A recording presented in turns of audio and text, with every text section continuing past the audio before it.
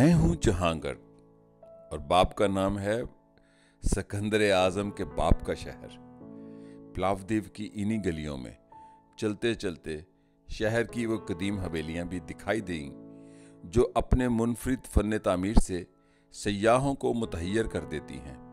پچھلی 2-3 صدیوں میں شہر کے برجوا لوگوں کی یہ حویلیاں تعمیر و تخلیق کے حوالے سے بلغاریہ کے سیاحتی بروشرز میں نمایاں دکھائی جاتی ہیں، جس سے ان کی حویلیوں سے تخلیقی معیار ذوق کا اندازہ لگایا جا سکتا ہے۔ رومن طرز کی پتھروں سے بنی گلیاں ابھی تک زیر استعمال ہیں، ویسے ہی جیسے استنبول میں آیا صوفیہ کی عقبی گلیاں ابھی تلک رومن طرز کے پتھروں سے قائم رکھی گئی ہیں۔ میرے پاس موجود تقریباً سبھی بروشرز بلغار، روسی اور جرمن زبانوں میں تھے۔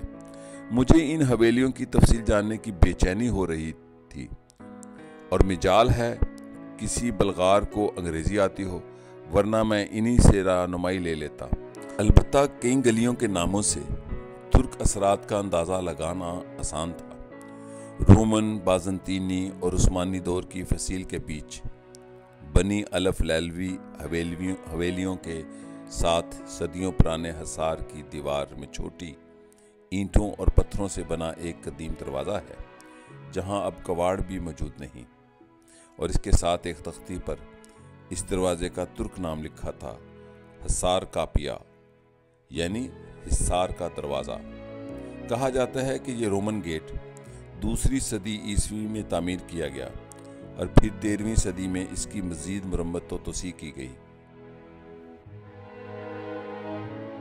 قدیم ترین رومن دروازوں میں شمار کیا جاتا ہے۔ جب عثمانیوں نے پلاودیو فتح کیا تو شہر کے عمرہ اس گیٹ کے گرد حصار کے ساتھ ساتھ حویلیاں بنا کر رہنے لگے، جو آج بھی فن تعمیر کے حوالے سے سیاحوں کے لیے نہایت متاثر کن ہے۔ صدیوں پرانی یہ برجوا حویلیاں اور گلیاں اس شہر کے باسیوں کی دولت اور ذوق کی عکاس ہیں۔